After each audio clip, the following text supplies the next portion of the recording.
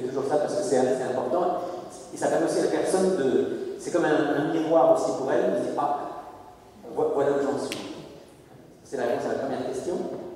La deuxième question, c'était le divorce. Oui, alors bien évidemment, tous les traumatismes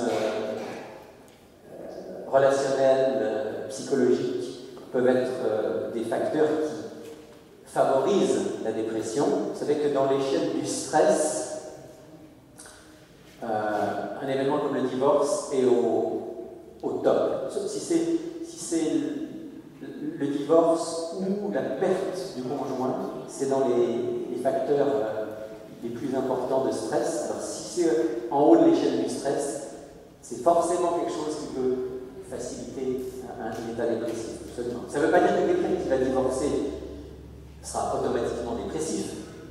Mais oui, ça le rend plus vulnérable, contestablement. Et la troisième question, c'était la violence. Est-ce que quelqu'un de dépressif peut être violent? Absolument. Absolument, parce que quelqu'un qui est dépressif, c'est quelqu'un qui n'a plus, quelque part, la maîtrise de son état psycho-émotionnel. Donc pour certains, ça va se traduire par un abattement total, pour d'autres, ça peut se traduire effectivement par de la violence, absolument. Ça ne veut pas dire que tous les gens violents sont dépressifs, mais oui, la réponse à votre question, sans équivoque, est oui. Mais c'est au cas par cas, hein. C'est au cas par cas. Oui? J'ai une question.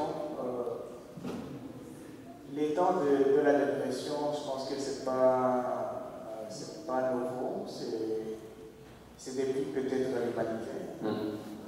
Mais je demande, quand est-ce qu'on a commencé à appeler cet état la dépression? Et avant le nom de la dépression, comment cet état a été appelé? Quel est le nom pour l'utiliser en fait? Alors honnêtement, je ne suis pas sûr que je peux répondre à votre question, parce que je suis vieux, mais pas tant que ça. Bon, simplement bon, c'est sûr qu'avant, on parlait de personnes neurasthéniques, on parlait ou même dans certains cas, on parlait de folie. Hein. Mais je pense qu'auparavant, on utilisait plusieurs termes suivant la manière dont se manifestait la dépression. Ouais. Si c'était quelqu'un, par exemple, qui était dépressif violent, alors on disait il est fou. Puis si c'était quelqu'un qui était dépressif vraiment triste, alors on disait voilà, c'est quelqu'un qui souffre de neurasthénie. Aujourd'hui, peut-être on peut faire plus de liens, alors on dit bon, okay, c'est différentes manifestations de la dépression. Mais je ne peux pas en dire plus, vraiment, je ne suis pas spécialisé ça. Oui. Oui. Juste en répondant à la question du frère, est-ce qu'il y a des gens dans votre groupe qui sont venus en pensant qu'ils ont une dépression ou l'anxiété et finalement, ils ont trouvé que ce n'était pas ça? Alors, il y a plusieurs cas. Il y a eu des personnes qui sont venues en pensant qu'ils avaient un problème de dépression et qui ont découvert qu'ils avaient un problème d'anxiété, plus que de dépression.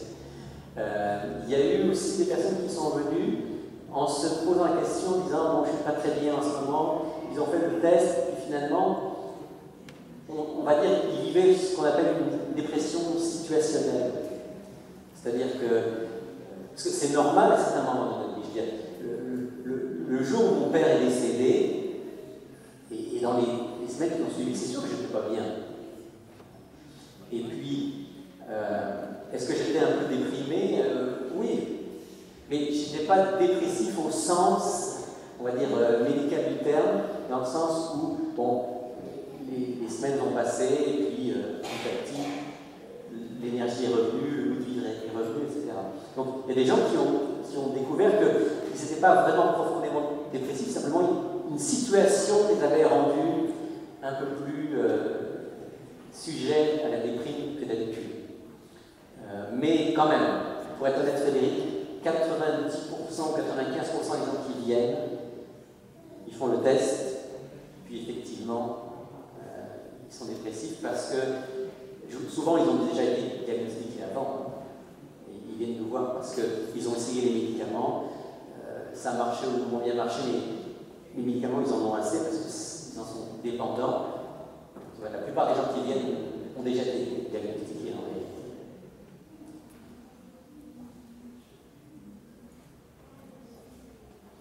Est-ce que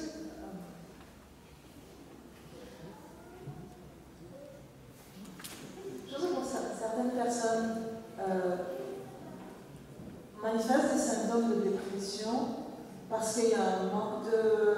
c'est simplement des choses qui manquent dans leur vie. Par exemple, si quelqu'un n'a pas un réseau social qui est construit, une mauvaise alimentation, n'a pas de travail ou un travail qui est profondément insatisfaisant ou des relations toxiques dans certaines parties de sa vie, et qu'on combine suffisamment de ces facteurs, il pourrait ne pas y avoir une cause profonde psychologique, mais ces facteurs dans l'environnement qui font que les besoins psychologiques de la personne ne sont pas satisfaits et que la personne se retrouve dans un état qui soit les dépressifs ressemble beaucoup à la dépression. Est-ce que c'est une dépression où tu vois ça comme étant plus des facteurs environnementaux qui diminuent la qualité de vie et comment tu fais ça? Alors, par rapport à la question, c'est sûr qu'il y a des gens qui souffrent de dépression sans qu'il y ait d'événements déclencheurs apparents ou sans qu'on puisse mettre le doigt sur une cause précise. C'est une sorte de conjonction d'éléments dans la vie, absolument. Mais on va parler de dépression si la personne, depuis au moins 2 semaines, dit « je suis triste, j'ai perdu d'intérêt et j'ai trouble du sommeil ». Là, j'allais dire, c'est presque mathématique. Si la personne répond oui à ces questions-là, on va dire bon, dépression. Maintenant, c'est pas forcément une dépression sévère, c'est pas forcément une dépression qui va durer longtemps, mais il y a un état dépressif à ce moment-là. Absolument. Quand on corrige les habitudes, Eh bien, ça change. Ça change. C'est ça la bonne nouvelle. C'est que si on corrige les habitudes, ça change. Oui? En fait, c'est ça. Oui. Excuse-moi. On a parlé à plusieurs reprises de symptômes, de facteurs déclenchants. Et puis tout à l'heure, tu as mentionné le stress. Donc, est-ce qu'il y a une relation entre le stress, l'anxiété et la dépression? C'est une bonne question. Oui, bien sûr. Bien sûr qu'il y a une relation. Le stress en soi n'est pas la dépression, bien sûr. Le stress, c'est cette réaction de notre organisme qui est normale pour faire face à des difficultés, mais s'il y a un stress constant ou trop fort ou régulier, ça peut mener à une sorte d'épuisement. Et quand on est dans l'épuisement, on est dans les bonnes conditions pour faire une dépression. Donc oui, il y a incontestablement des gens qui sont en dépression, il faut absolument qu'ils réduisent leur stress et leur facteur de stress. Absolument. En fait, moi, c'est pour faire suite à la réponse que vous avez donnée à Christine, pour ajouter un élément, c'est que la dépression, tant qu'on l'attrape avant que le niveau hormonal ne chute, c'est là que ça devient facile à traiter. Donc, quand le niveau de sérotonine dans le corps est très bas, c'est là que le lobe frontal est affecté et que au niveau médical, ça devient difficile à traiter. Maintenant, en corrigeant les habitudes de vie, donc entre autres l'alimentation, en faisant l'activité physique, eh bien cela va permettre d'augmenter cet hormone dans le corps, ce neurotransmetteur. Et ce faisant, eh bien on va guérir de plus en plus le lobe frontal et le permettre de reprendre sa fonction normale. Oui, tu as raison de dire que c'est essentiellement une question de neurotransmetteurs et que de certaines habitudes de vie permettent à ces neurotransmetteurs d'être présents suffisamment dans notre organisme. Absolument. Je ne veux pas vous fatiguer, mais bon, je vois qu'il y a encore 2 mains au moins. on attend une dernière question. Mais il y en a pas une là-bas. Il y en a encore 2.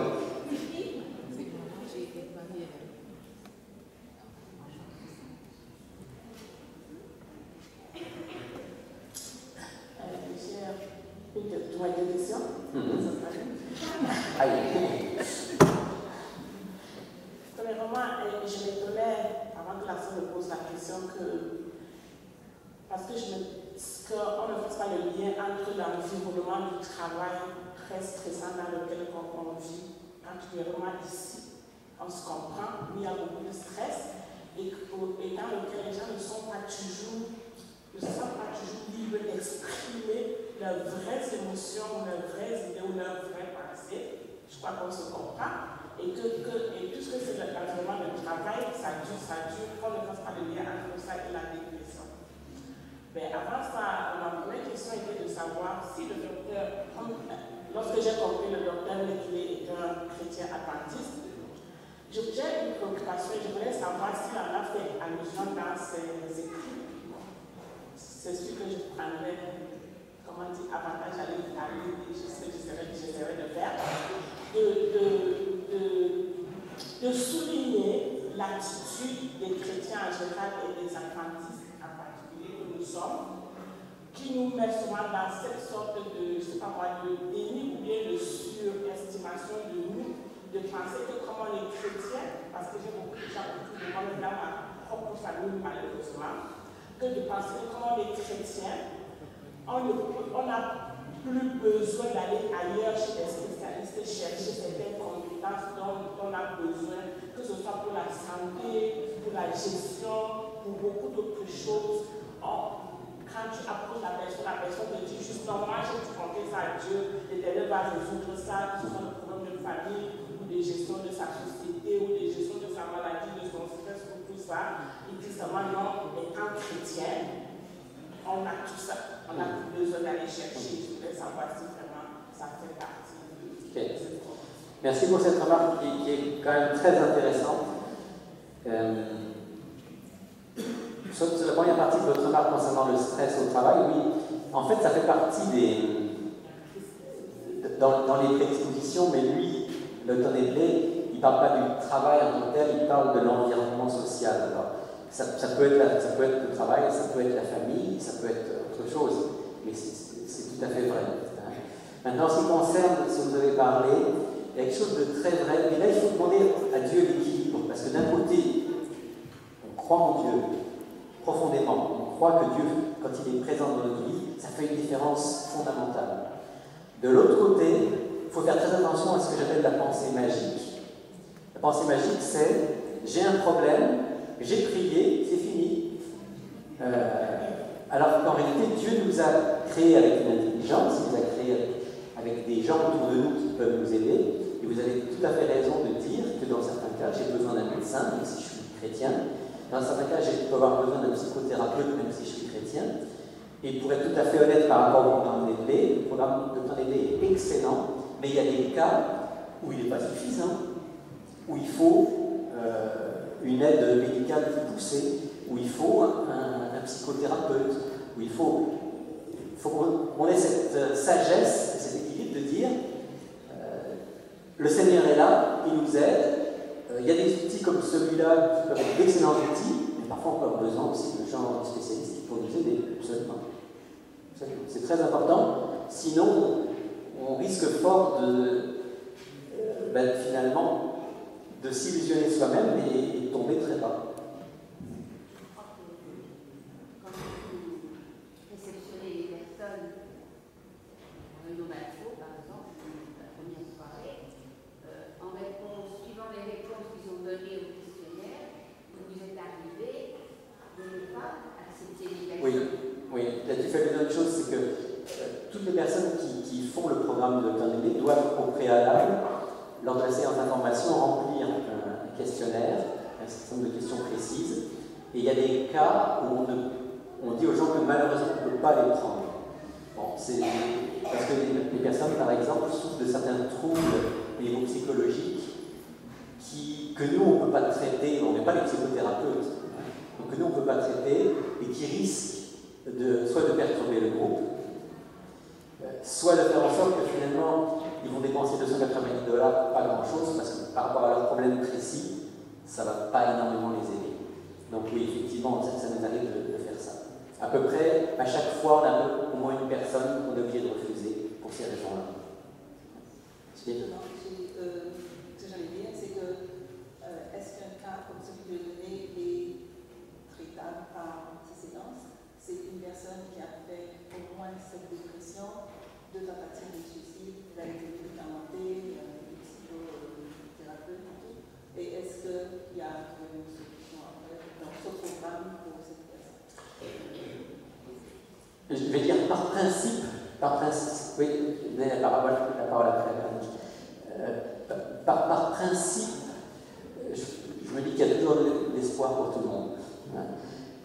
Donc on ne va pas dire au départ, maintenant, c'est vrai qu'au cas par cas, on doit évaluer les situations. Si quelqu'un, par exemple, vient faire le programme et puis est dans un état, par exemple, vraiment suicidaire immédiat, généralement, cette personne-là, on ne va pas la prendre, on va l'orienter vers des services d'urgence, parce que nous, on n'est pas un service d'urgence. Mais si la personne, par contre, a eu des tendances suicidaires, mais ne l'est pas au moment où a lieu le programme, et qu'elle veut faire le programme, on va la prendre parce qu'il est possible qu'elle sorte du programme avec des améliorations notables. Ouais. Et même lors du souper de célébration, il y a des gens qui vont faire des témoignages comme de quoi qui ont été voir plusieurs psychologues et que finalement le programme les a plus aidés parfois que les psychologues.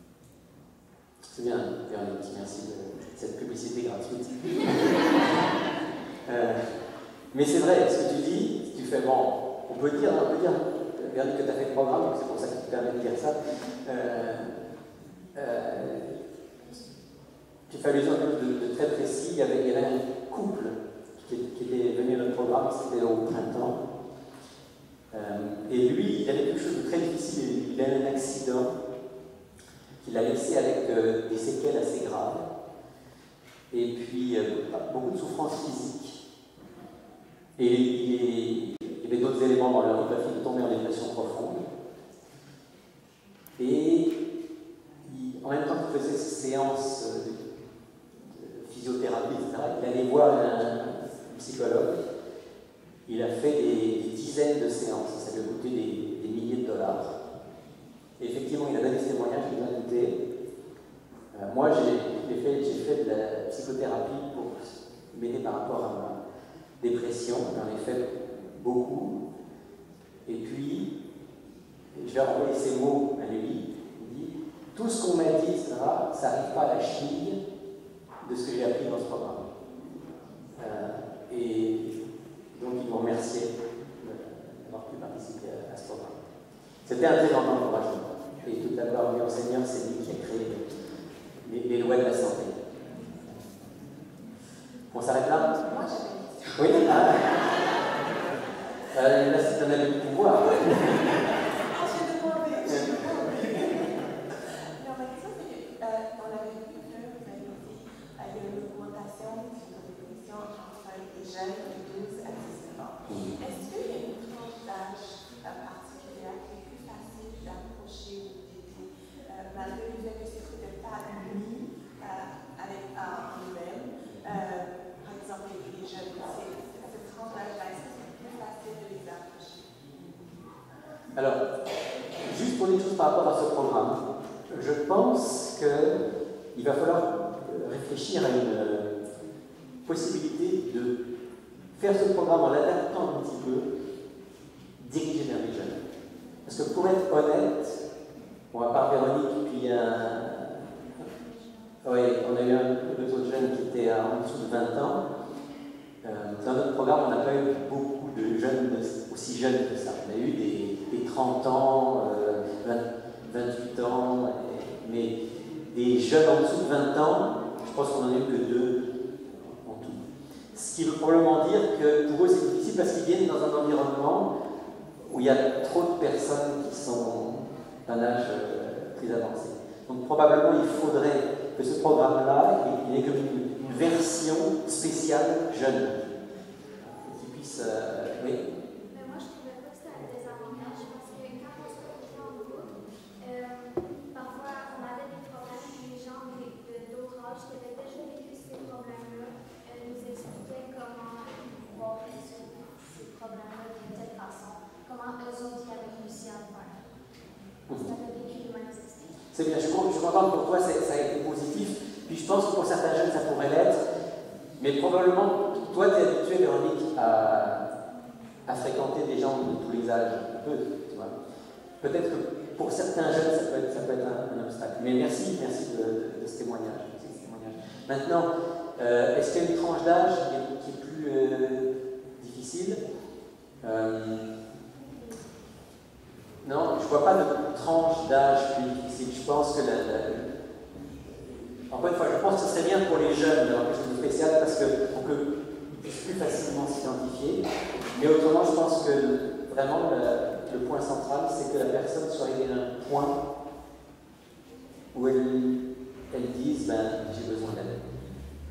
Et ça peut arriver à 15 ans, ça peut arriver à 40 ans, ça peut arriver à 70 ans. Je pense que les deux personnes les plus âgées qu'on a eues avaient 78 ans.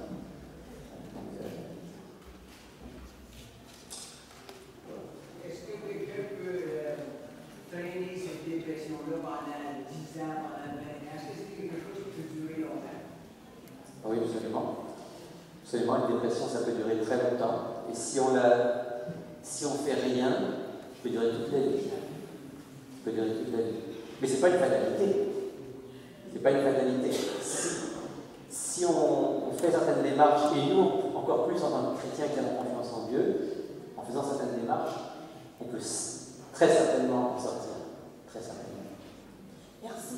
Nous remercions le pasteur pour sa présentation. Nous vous remercions pour votre collaboration, participation. Nous savons, le pasteur encore en dehors de la dépression. Par exemple, commandez, vous pouvez me le dire, moi je vais noter votre nom, puis on prendra contact avec vous. Il y a donc ce livre, ça c'est le livre du Dr Nedley sur la dépression, pour ceux qui veulent comprendre et voir quelles sont les pistes pour en sortir, et d'un point de vue pratique qui va avec le cahier d'exercice. Pour ceux qui préfèrent plus écouter, il y a donc le coffret de DVD avec les conférences de Dr Nedley. Maintenant, dans un tout autre domaine, parce qu'on m'a reproché récemment, un collègue pasteur m'a reproché en disant « Vous avez du très bon matériel et on ne sait même pas. » Alors je dis « Ok, je t'ai promis, partout où je vais aller, je vais montrer. » Pour ceux qui s'intéressent, il y a ce coffret qui s'appelle « Le 7e jour », qui est très bien fait et qui permet de comprendre ce qu'est le sabbat à travers l'histoire. Pourquoi le sabbat? Bibliquement, historiquement, jusqu'à aujourd'hui. Très bien fait, très documenté. J'ai appris plein de choses en regardant, pour ceux qui s'intéressent. Ça, c'est donc sur ce sujet-là. Ça, c'est le témoignage, certains ont peut-être plus. C'est le témoignage de quelqu'un qui vivait donc dans l'homosexualité et qui à un moment s'est rendu compte, d'abord personnellement mais par rapport à la Bible, il était en décalage et qui explique son parcours et comment finalement il a trouvé un nouveau départ. Aujourd'hui c'est un pasteur des Adventistes. Donc c'est un très beau témoignage, ça vaut la peine. Et puis ça c'est à mon avis, une des meilleures études bibliques pour expliquer ce qui se passe à la mort et l'espérance au-delà de la mort. Vous savez que dans le monde en général, dans le monde chrétien y compris, souvent il y a une mauvaise compréhension par rapport à la mort et par rapport à l'au-delà. Et ça, c'est une très très bonne étude. Donc si jamais certains d'entre vous sont intéressés, vous pouvez venir les consulter et je me devais de vous dire que ça existait. J'ai fini. Et je m'excuse d'avoir